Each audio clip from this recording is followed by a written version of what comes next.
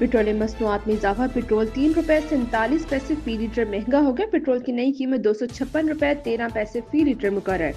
High speed diesel की कीमत में ₹2.61 फी लीटर इजाफा। नई कीमत ₹260.95 फी लीटर मुकर्रर। आलमी मंडी में भी खाम तेल कीमत में 3% तक इजाफा।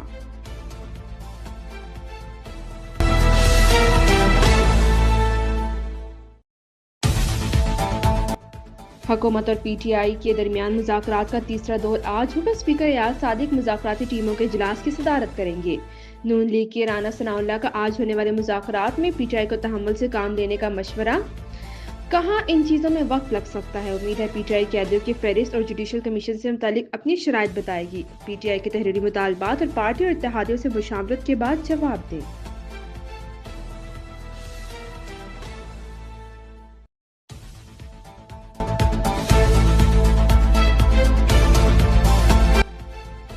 बैरिस्टर गौहर ने कहा, मुज़ाकरात में खुशखबरी मिलने के लिए पुरउम्मीद। कहा, आज हुकूमत को मुतालबात तहरीरी तौर पर जमा कराएंगे।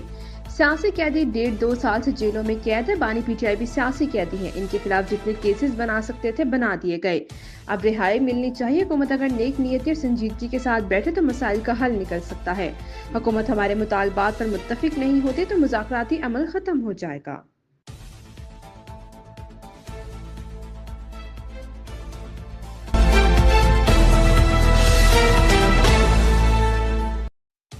मुल्क के बेशतर इलाकों में सर्दी की शिद्दत बरकरार। गुज़श्ता 24 घंटों के दौरान सबसे कम दर्जा हरारत लेह में -12 डिग्री सेंटीग्रेड रिकॉर्ड। स्कर्दू में -10 डिग्री सेंटीग्रेड रहा। महकमा मौसमियात का कहना है आज फिर मुल्क के बेशतर इलाकों में मौसम सर्द और खुश्क रहेगा, जबकि पहाड़ी इलाकों में शदीद सर्द रहने का इम्कान और बर्फबारी हो सकती है। पंजाब और सिंध के मैदानी इलाके आज भी गहरी धुंध की लपेट में। लाहौर सियालकोट मोटरवे M11 को धुंध की वजह से बंद कर दिया गया।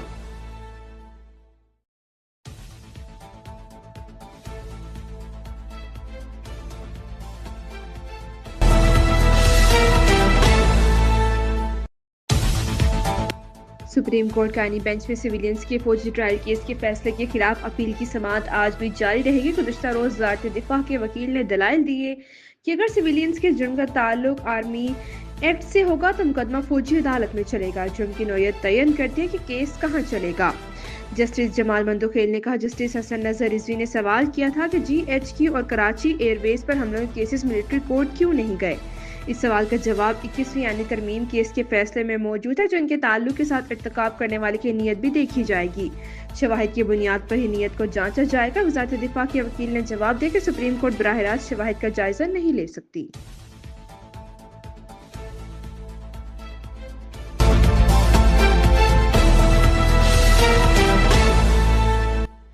26 यानी तरमीम के तहत आईनी और रेगुलर बेंच के इख्तियार समाती केस में बेंच तब्दील कर दिए गए। जस्टिस अफगान सादत की जगह जस्टिस अकील अब्बासी बेंच में शामिल। गुज़श्ता समाअत में जस्टिस मंसूर अली शाह, जस्टिस आयशा मलिक और जस्टिस इरफान सादत ने की थी। आईनी और अगले बेंच के इख्तियार समाअत के हवाले से अहम समाअत भी आज होगी।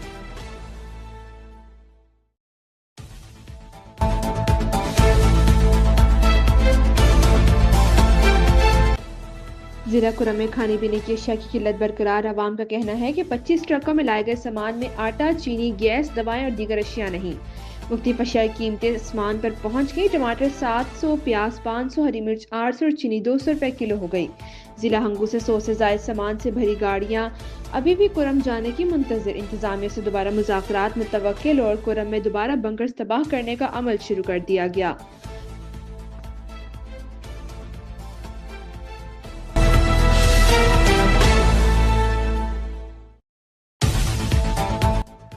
रोतनी और अवारा के इलाकों से डाकुओं के हाथों अगवा होने वाले 3 अफराद को बाजियाब करवाने का दावा। रोतनी में पुलिस डाकुओं के दरमियान मुबैना मुकाबले में एक मगवी बाजियाब कराने का दावा।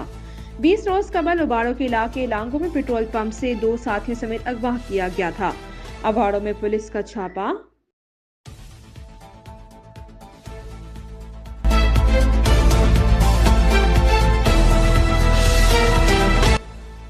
सात अक्टूबर 2023 को हमास के हमले में 1100 इसराइली हलाक और 240 को यरगमाल बनाया गया था। ज़्यादातर यरगमाली पिछले वर्ष नवंबर में रिहा हुए।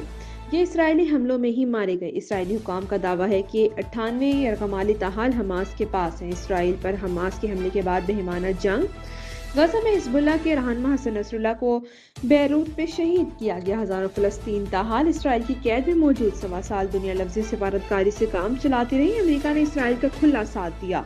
जंग को 467 रोज गुजरने पर अमेरिका की मर्जी, कतर और मिस्र की कोशिशों से बिल आखिर जंग बंदी, इमदादी ट्रक्स का काफिला गजा में दाखिल।